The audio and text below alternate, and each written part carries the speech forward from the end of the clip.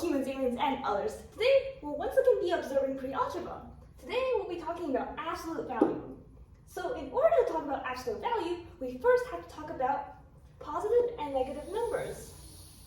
So remember our number line from last time.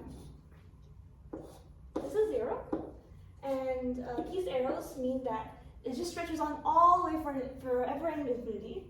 So this is our positive direction. This is the negative direction. So any number placed here is a positive number. And any number placed here is just a negative number.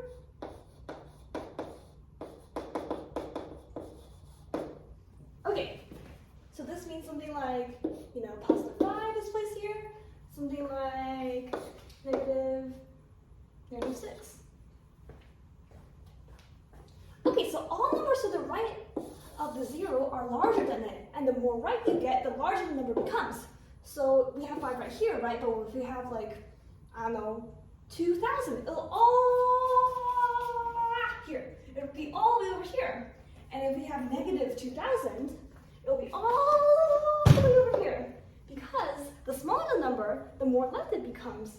And and also all numbers to the left of 0 are smaller than 0.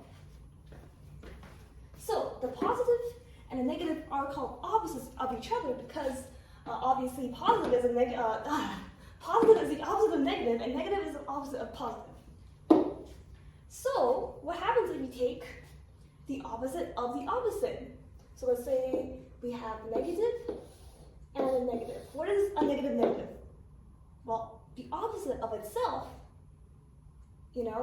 is just positive.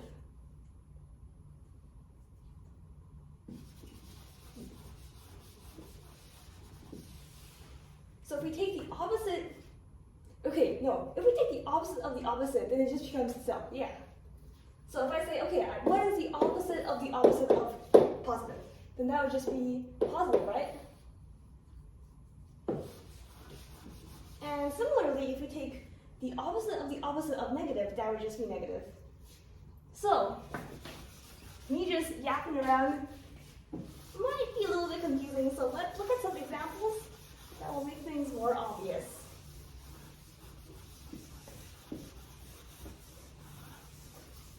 Okay, so if we have some number 5, so if we take the opposite of that, that would just be negative 5, right? But if we take the opposite of negative 5, this just becomes normal 5, positive 5. And how I learned it was like this. Well, maybe I just thought about it one day, told myself a little story. Well, either way, 2 negatives, they become a positive. See that? Because if you have 2 lines like this, ta-da, it just becomes like that. So if we get something like negative 3, but we take the negative of that, and we take the negative of that, well, first of all, let's work our way from the inwards out. So first of all, this becomes negative 3, because the inside, remember, became positive. And then a positive and this negative, we have to take the opposite of that, which is just normal negative 3. So we're going to use this idea of positives and negatives in math a lot. And we can actually apply it in real life too. So something like, for banks, for example, right? Positive would just be adding money to your account. And negative would just be taking money away from your account.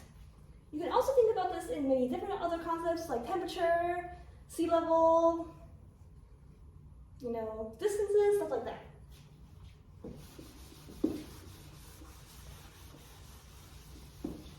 Okay, so for example, let's say this is our thermometer, and this is 0. So 5 degrees above 0, that would just be a positive 5, right? And is below 0, that would just be negative 7. It's 5 and 7.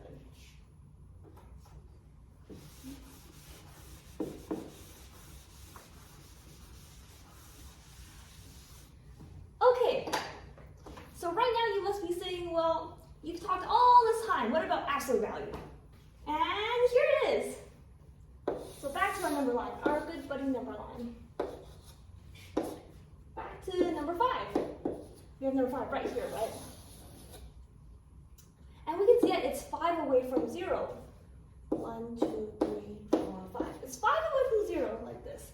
That is the distance from 0. An absolute value, we're just looking at the distance and not at the sign.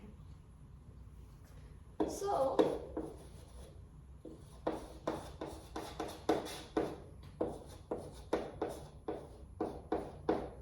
the distance can also be known as the magnitude. Magnitude. And this concept comes up a lot. So what is the distance from positive 5 to 0? Remember we said it just like a little while ago, right? It's just 5 because it's just 5 away from 0. So what is 5 away from 0? But in the other direction, let's see.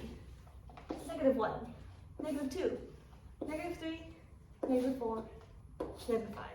So this is the same distance or the same magnitude as positive 5, except for it's right here. So now let's look at the notation.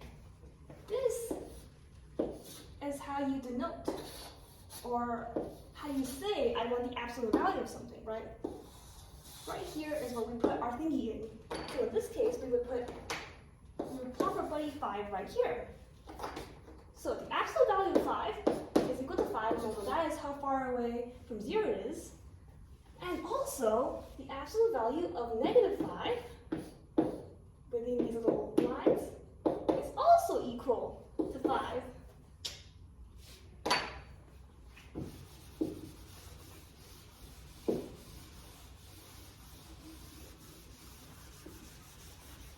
So, when you look at the absolute value, you don't have to think too hard about exactly what you want to put in here, right? Because you can put anything you want in here. You can put the absolute value of donut. Absolute value of donut, if donut is positive, right, it would just be donut. If donut is negative, then it would just be donut as well.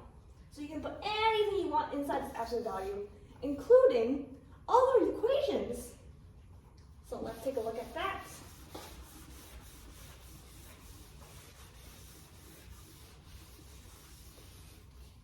So let's take some normal equation, let's say 7 minus 4. So obviously 7 minus 4 is just equal to 3, right? But what if we put this guy inside our little bars, right? Because remember, I said we can put anything we want into that, the absolute value operator. So what happens if we do that? Well, you can think of, we'll go over order of operations in a little bit. Some later observation log. But right now, you can kind of think about this as a bracket, which, again, I will go over that later. So, I'm not sure why I mentioned this now. Please ignore that. Anyways, you want to do everything inside within the bars first, and then you want to take the absolute value of it. So what do I mean by that? Well, first, let's solve 7 minus 4 first. 7 minus 4 is equal to 3. And now let's solve what is absolute value of 3. Well, that is simply 3, right?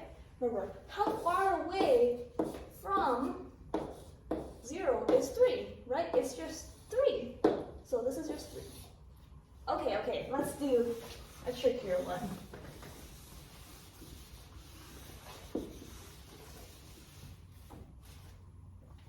What about 2 minus 8? Absolute value. So 2 minus 8, if we look at our number line again,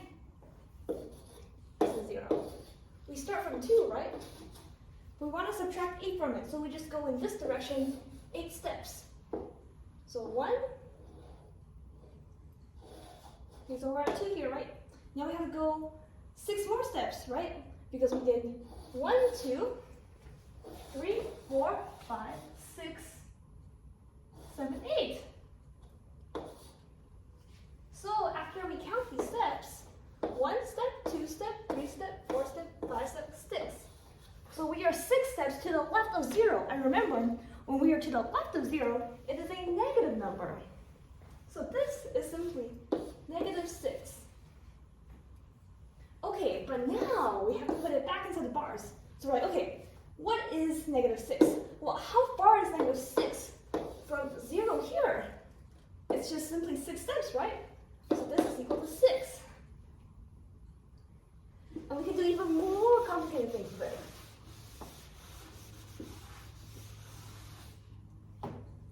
Okay, what if we have negative 3 times negative 2, and we put it within the bars?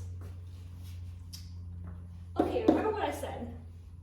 We're taking the two opposites, right? Opposite, opposite, and we have 2 lines. We just combine them to make a positive. So this is actually equal to 3 times 2. And what is 3 times 2? Well, we simply have 3 groups of 2, or 2 groups of 3. So that's just 1, 2, 3, 4, 5, 6.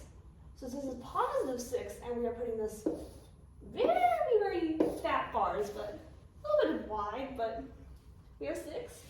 That's just equal to 6, right?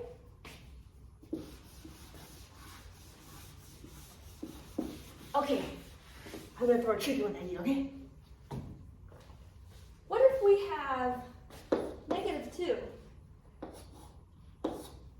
and we have 4 minus 1? What do we do now? Remember, we first have to solve everything within here. So we just leave the negative 2 here, and let's do 4 minus 1, that's equal to 3. Okay, now we can solve this operator, right? So what is the distance between 3 and 0? We have 3 here. My chalk. Simply 1, 2, 3. So this is equal to negative 2 times 3. And now we have this negative, right? So turning this negative, so this is positive 3. You can think about, if there is no sign in front of it, there is an invisible positive sign, right? So a negative and a positive equals a negative. So this is simply negative 6, like so. Okay, so let's say I'm traveling down the mountain, and I traveled down the mountain 5 kilometers, right? So remember, if we have a mountain like this, down, right, that would be negative, so negative 5 kilometers. And I want to know how much I traveled. So how much did I travel if I give you negative 5? Well, the amount of distance I traveled, remember the magnitude, would just be the absolute value of negative 5, which is equal to 5. So you can say, Dylan traveled 5 kilometers. Let's do 2 more problems. So for this one, let's first take the absolute value operator. So we leave the negative here, and the absolute value of negative 9 is simply 9. So now we just have this regular 9 times the negative sign. And okay, if there's no number there, there's always an invisible 1. So you can think about this as kind of like negative 1 times 9, in which, if we solve that, we get negative 9. And lastly, remember we solve the inside first, so we keep the negative here. 5 minus 2, that is equal to 3. And the absolute value of 3 is just 3. So we have negative 1 times 3, which is equal to negative 3. And that's all I have for you today. Thank you so much for watching. I hope you enjoyed this little bit of pre-algebra, and this is Donut signing off.